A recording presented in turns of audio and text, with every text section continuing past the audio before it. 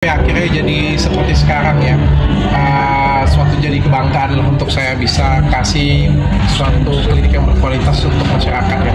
Dan kabar baiknya mungkin sekitar tahun ini atau tahun depan nanti kita akan benar-benar go internasional. Di Kali-Kali seperti apa sih dok, bisa diceritain bagi kita? Nggak begitu banyak sih ya. Jadi dari Athena itu dari awal kan saya melakukan edukasi ya tentang skincare abal-abal, tentang skincare berbahaya. Dulu pada waktu zaman dulu itu kan banyak banget yang masih jualan pakai merkuri, polosan ya. Jadi zaman dulu pokoknya kalau jual polosan kayak gitu orang masih percaya tuh katanya BPOM ya. Jadi kan dari awal kan saya melakukan edukasi ke sana ya. Pelan-pelan saya berusaha memberikan contoh juga mana yang baik, mana yang benar, berjualan dengan baik, bikin klinik yang baik.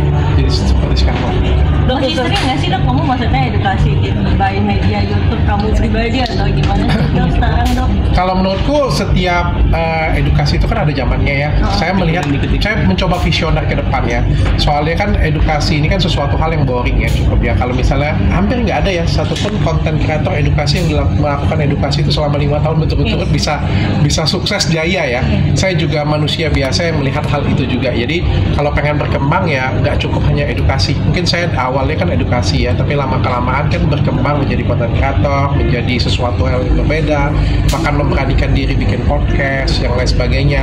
Sehingga saya bisa menyelipkan beberapa unsur edukasi yang lain juga di dalamnya. Kalau cuma edukasi doang ya, kita realistis sih, edukator itu tidak disukai oleh masyarakat, penontonnya juga sedikit, nanti lama-lama tenggelam dan nggak ada yang nonton, percuma juga kan. Intinya kan siapa yang nonton kan, makin banyak yang nonton kan makin baik berita tersebut akan bisa disebarkan. Karena berani buat ini, berani buat itu, akhirnya jadi cukup besar seperti sekarang. Dan ke depan kalaupun ada hal-hal sensitif yang harus saya kasih edukasi, lebih mudah didengar oleh orang lain. 11 tahun mau dibawa kemana gitu dok, atau mau ada apa lagi? Gerakan apa nih dok? Gerakan dari sekarang lebih banyak lagi. Memang targetnya di 2025 sampai 2026 nanti kita akan go internasional. Jadi ada kolaborasi dengan China. Ini juga saya ada kolaborasi dengan di Korea, dan di tengah tahun nanti kita juga ada kolaborasi dengan Thailand nanti. Jadi memang kita tahun ini fokusnya ada di internasional. Dok, makin sukses kan makin banyak angin ya menurut Pak. Gimana nih, banyak orang yang sirik juga sama dokter. Nanggapinnya gimana sih dok? Saya juga baru sadar sih, pasti kan kita pasti ada kekurangan ya, pasti ada kesalahan. Saya juga bukan manusia yang sempurna, pasti ada kekurangan, pasti ada kesalahan. Dan saya sadar ketika kita menjadi besar, cobaannya juga besar, tuntutan juga orang jadi lebih tinggi, jadi lebih besar. Nggak apa-apa, bagi saya prinsip hidup saya satu, kalau misalnya salah ya kita perbaikin, karena manusia kan tempatnya salah, tempatnya kurang ya. Yang bahkan kan yang jelek kita perbaikin, yang bagus saja kurang kita perbaikin kok, yang sudah bagus kita buat lebih bagus lagi kok, nggak ada masalah. Dulu saya ngelihatnya kalau misalnya ada yang iri, saya kesel, tapi kalau sekarang saya anggap itu salah satu batu loncatan saya untuk jadi lebih baik. Saya percaya apapun yang dikasih ini adalah satu cobaan atau satu langkah buat saya jadi manusia yang lebih baik, jadi brand yang lebih baik untuk masyarakat. Dok, bahkan bisa dibilang tuh semakin dirimu meninggi makin banyak cobaan. Salah satunya yaitu sempat juga dilaporkan oleh dokter. Gimana tuh dok? Ya nggak apa-apa. Kan setiap warga negara berhak untuk ngelaporin ya, nggak apa-apa sih, aku nggak jadi masalah. Nanti biarkan aja di proses hukum yang membuktikan. Betul juga sempat ngelaporin dokter. Sebenarnya masih update-nya gimana dok? Update dari laporan dokter. Terakhir kemarin mediasinya gagal kan, dia nggak datang di mediasi. Cuma itu aja sih yang aku tahu. Dia takut apa gimana sih dok? Akhirnya datang. Waduh, aku nggak berani spekulasi. Kalian nih kompor. Dok, tapi harapannya apa sih dok? Dengan ini dia seperti apa sih dok, kan dokter? Dia nggak pernah ganggu dia gitu kan? Ya sebenarnya aku berharap sih bisa diselesaikan dengan jalur tidak damai ya, karena ini sih menurutku bukan permasalahan di komunikasi sih menurutku. Sekali lagi bilang kan, kalau misalnya ada yang kurang, ada yang salah, ya aku siap untuk memperbaiki kok. Sebagai manusia aku siap untuk memperbaiki. Tapi yang jelas kan aku nggak ciptain, bukan produk abal-abal, aku bukan mau celakain orang, aku juga nggak perkosa orang, aku nggak bius orang juga, nggak perkosa orang, aku juga nggak bukan melakukan kejahatan yang sengaja, bukan krim polosan. Ya kalau misalnya mau dicari, pasti kan setiap manusia ada kurangnya, ada kesalahannya.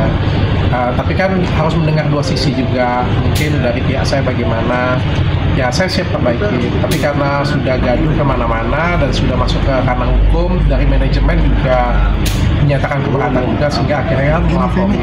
Ya saya juga nggak berharap seperti itu sih, karena kan bagaimanapun juga beliau ada sejawat saya kan. Ya saya doakan yang terbaik saja. Dok, sekarang buka komunikasi nggak sih dok terhadap dokter, apalagi bisa dibilang dokter selama ini kan selalu mereview produk dokter, salah satunya kemarin juga ya. Sebenarnya dari saya kan sudah berusaha untuk membangun komunikasi ya. Saya itu diarahkan oleh pertama yang akan saya itu Ustadz Felix Shaw. Ustadz Felix Shaw itu bilang, saya minta petunjuk dari Pak Ustadz Felix Shaw kan, apa yang harus saya lakukan nih Pak Ustadz, saya ketemu masalah seperti ini, saya bilang kan, saya juga nggak ngerasa seperti itu, tapi saya difitnah, saya bilang kan ada beberapa hal yang merugikan saya, apa yang harus saya lakukan? Ustadz Felix Shaw bilang, samperin, datengin, dia bilang kan, Pak Bayun, ajak ngomong baik-baik.